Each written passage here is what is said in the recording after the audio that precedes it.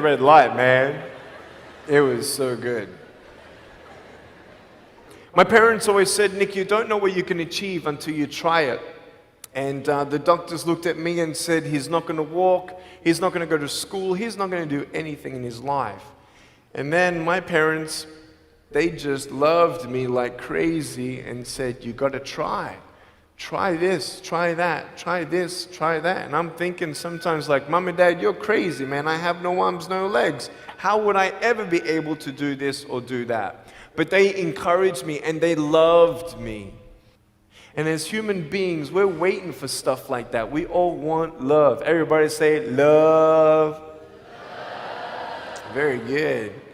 We all want love. And, I went to school and I wanted to be cool, You go to school and you want to be accepted, And so you see these guys and you're like, oh, man, Everyone swears like every third sentence, F this and F that and F and this and F. Like what? Like they think they're cool, And so I'm thinking, man, maybe I need to be like them to be cool. And then you compare each other with how we look, and I wish I was smarter, I wish I was taller, I wish I was shorter, I wish I was more popular, I wish I did this, I wish I didn't have that. I wish my life was different. That was me when I was about 8 years old. I looked at myself and I looked at everybody else, and everyone else had more than me. And I'm asking, why? Why me? Have you ever asked the why me questions, but get nowhere? If I had no answers from the doctors, and if I had no answers from my parents, I still have a choice every day in my life to keep going or give up. You see this book up here? This is my favorite book in the whole wide world. This is my favorite book, the Bible. And here I am.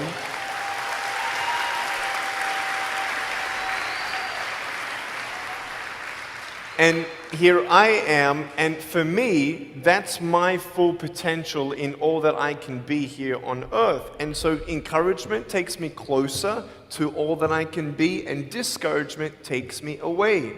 You see, it only takes 3 seconds for someone to tease me when I was at school and just say, you're ugly. You can't do this and you can't do that. And some of you thinking like, man, seriously? You had kids picking on you? Like, how heartless are those kids? Picking on me with no limbs, like, you would probably say, well, I'm not that bad.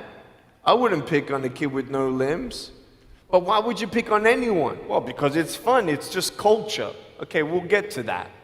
But for me facing all that stuff, I'm getting these seeds. Everybody say seeds. S-E-E-D-S, seeds. Have you seen the pictures of the sequoia reds up here in California? These huge trees, like some of the trunks could be as nearly big as this room. I've seen those photos where they've actually dug out a tunnel in a trunk of a tree. You can drive a full-size SUV right through it. That all started with a little seed. If you leave a seed of lies in your heart and in your mind and you don't know the truth, if you don't know the truth, you will die with the lie. I started dying because I started believing what I was told. I want you to know the 3 things that I needed to come to in my life is the truth of my value, the truth of my purpose, and the truth of my destiny. I want you to know something. In our mind, we put ourselves down all the time. I want to ask you today, do you think I'm cool enough to be your friend? But I don't swear, I don't use the F-bomb. Am I still cool enough to be your friend? But I don't tease people. Am I still cool enough to be your friend? But I have no arms, no legs. Seriously.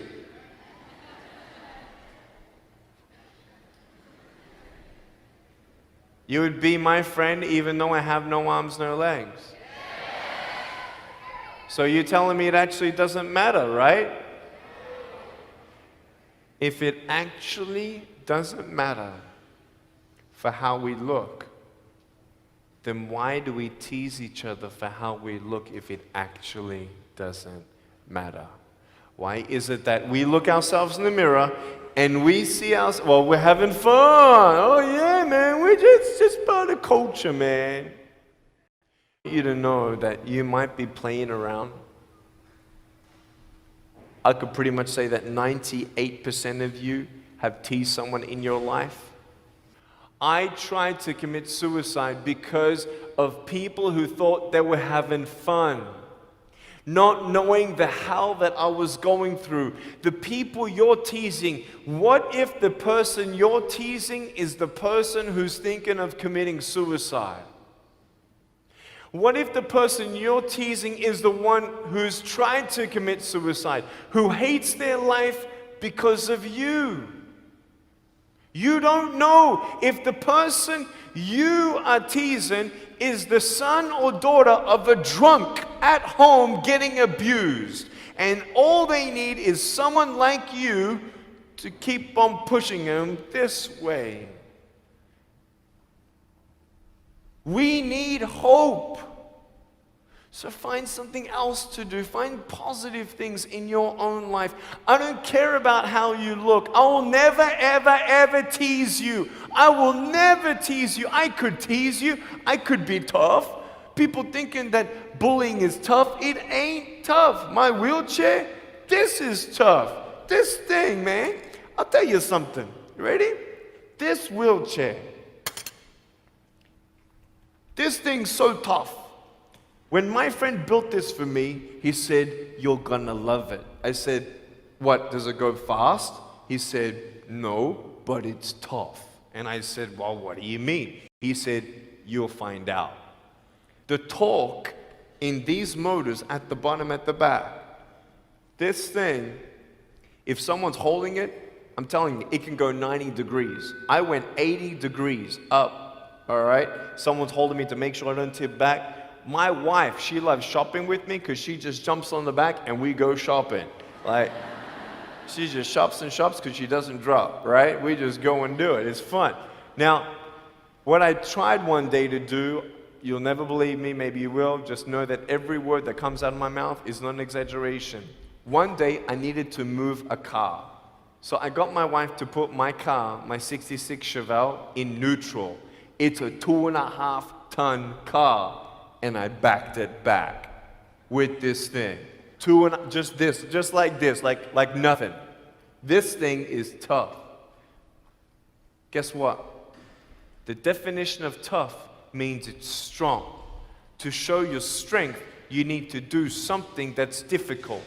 I would sound so stupid if I said, "Hey guys, I got a Matchbox car one day and I got some fishing line and I towed that Matchbox car all around all day. How tough is my BMW?" That's stupid. That's the same thing with bullying. You think you're tough? You're trying to show your strength? That's not your strength. Let me come back in 10 years and let me get your anyone have a 3-year-old nephew? Anybody have a 3-year-old nephew? Cool, put your hands down. I will get any one of your 3-year-old nephews, bring them tomorrow night at where I'm speaking, and we're gonna put him up on stage and let me show you how tough I am. We'll get your 3-year-old nephew and we'll put him up here on the table and let me tease him. Let me show you how tough I am. That's what you are. I could pick on you, you biggest bullies. I could pick on anything you like.